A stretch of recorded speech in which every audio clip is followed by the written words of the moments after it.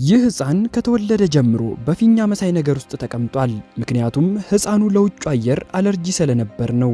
ከዚህ ፊኛ ውጭ ያለው አየር በቀላሉ ሊገለው ይችላል። በዚህም በፊኛ ውስጥ ህይወቱን እንዲያሳልፍ ተደርጓል። እናቱ ከመጠን በላይ ትንከባከበዋለች። ምንም ነገር ወደሱ እንዳይቀርብ ለማድረግም ትጥራለች።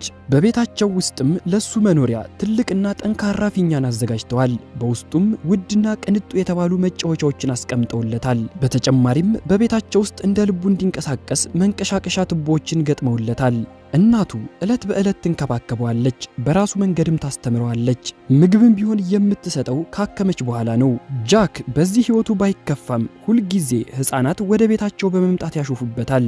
እናቱም ሁልጊዜ ልጆቹን በንዴት ታባርራቸዋለች። በዚህ አይነት ሁኔታም በእናቱ እንክብካቤ ጃክ አድጎ ትልቅ ይሆናል። ታዲያ በአንዱ ቀን አንዲት ቆንጆ ሴት ቤት ገዝታ ጎረቤታቸው ትሆናለች።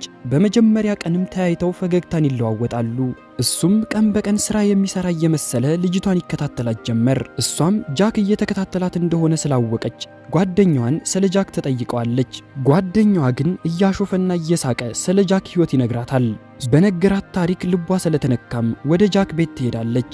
ገና ቤቱ ስትገባ ደረጃዎቹ በፕላስቲክ ቱቦዎች ተሞልተዋል። ቱቦዎቹን ተከትላ ወደ ላይ ስትወጣም ጃክን በፊኛ ውስጥ ታየዋለች። ጃክ ከእናቱ ውጭ ሴትን በዚህ ልክ ተጠግቶ አይቶ ስለማያውቅ በእጅጉ ይደነግጣል። ነገር ግን ተረጋግተው ሰላምታን ይለዋወጣሉ። ብዙ ካወሩ በኋላም ሜሪ ጓደኛው ለመሆን ቃል ገብታለት ትሄዳለች። ታዲያ የጃክ እናት ሜሪ እንደወጣች የነካቻቸውን ዕቃዎች በሙሉ ታጸዳለች። ከዛ ቀን በኋላም ጃክና ሜሪ ደስ የሚል ቀናቶችን ማሳለፍ ይጀምራሉ።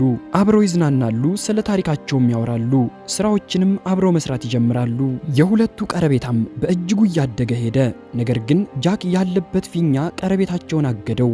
ሜሪ ጃክ ወዳለበት ፊኛ ለመግባት ብትሞክርም ጃክ ይከለክላታል። ምክንያቱም ጀርም ነክቶት እንዳይሞት በመፍራት ነው። ሜሪም ውጭ ቁጭ ብላ ታወራዋለች። በቀጣይ ቀን ግን ሜሪ መጥፎ ዜናን ይዛ ትመጣለች። ይኸውም ሜሪ የቀድሞ ፍቅረኛዋን ልታገባ እንደሆነ ትነግረዋለች።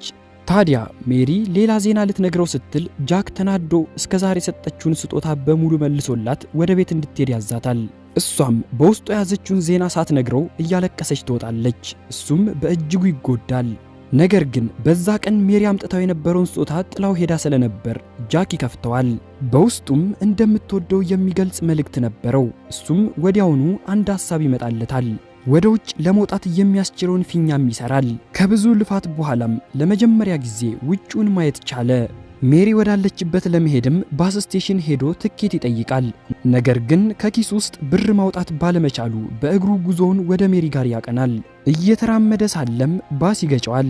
ነገር ግን ፊኛው የተሰራበት ዕቃ እጅጉን ጠንካራ በመሆኑ ጉዳት አልደረሰበትም። ባስ ውስጥ የነበሩ ሰዎችም ወጥተው ሲያዩት ጃክ ነው። ስለ ጃክ ታሪክ ያውቁ ስለነበር በነፃ በራሳቸው ባስ ግማሽ መንገድ ይወስዱታል። ታዲያ በዚህ መሃል እናቱ ወደ ቤት ስትመለስ ጃክ አለመኖሩን ትረዳለች። በመጀመሪያ ለፖሊስ አሳውቃ ፍለጋ ጉዞዋን ጀመረች። ጃክ ከባሱ ወርዶ አሁንም ጉዞውን ቀጥሏል። በመሃል አንድ ሞተረኛ ይተዋወቃል። ከሞተረኛው ጋር ብዙ ካወሩ በኋላም ሞተረኛው ጃክ የሚፈልገው ቦታ ያደርሰዋል። ይህ ስፍራ ለጃክ አዲስ ነው። አዲስ ሰዎች መሃል ተገኝቶ አያውቅም። ታዲያ ወደ መጨረሻ መዳረሻው ለመሄድ ጃክ ሞተር ያስፈልገው ነበር። ያደረሰው ሞተረኛም ጃክ ትንሽ ስኩተር እንዲገዛ ያደርገዋል። ጃክ በዛች ስኩተር እየተጓዘ ሳለ እናትና አባቱ ያገኙታል። በመኪና ሊያስቆሙት ይሞክራሉ። ነገር ግን ሳያስቡት ጃክን በመኪና ይመቱታል። ጃክ የነበረበት ፊኛ እየነጠረም የባቡር ዕቃ መጫኛ ውስጥ ይገባል። ባቡሩም ጃክን ወደሚፈልገው አቅጣጫ ይዞት ይጓዛል። አንድ ቦታ ላይ ከደረሰ በኋላም ጥቂት በእግሩ ይጓዛል። ከዛም አንዲት ትንሽ ከተማ ላይ ይደርሳል። በዚህች ከተማ ላይም አንድን ሽማግሌ ተጠግቶ ያወራል። ሽማግሌው በጃክ ታሪክ በማዘናቸው ሜሪ ወዳለችበት ከተማ በጥቆማ ይዘውት መጓዝ ጀመሩ። በጉዟቸውም ብዙ ችግሮችን ያሳልፋሉ።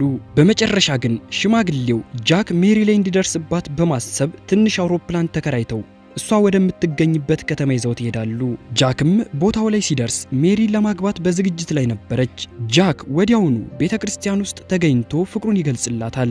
የነበረበትን ፊኛም ይቀደዋል። ይህ ነገርም ሜሪን ያሳዝናታል። ወዲያው ግን ቤተሰቦቹ ይደርሱና ሜሪን ወደ ኋላ ገፍትረዋት ልጃቸውን ያዩታል። ልጃቸው ወድቆ ሲያዩም እጅጉን ያዝናሉ። ነገር ግን ብዙም ሳይቆይ ጃክ ይነቃል። ሲነቃም የነበረበት አለርጂ አብሮት አልነበረም። ከሜሪ ጋር ተጋብተውም ጥሩ የሚባል ህይወትን መኖር ጀመሩ። ፊልሙም እዚህ ላይ ያበቃል።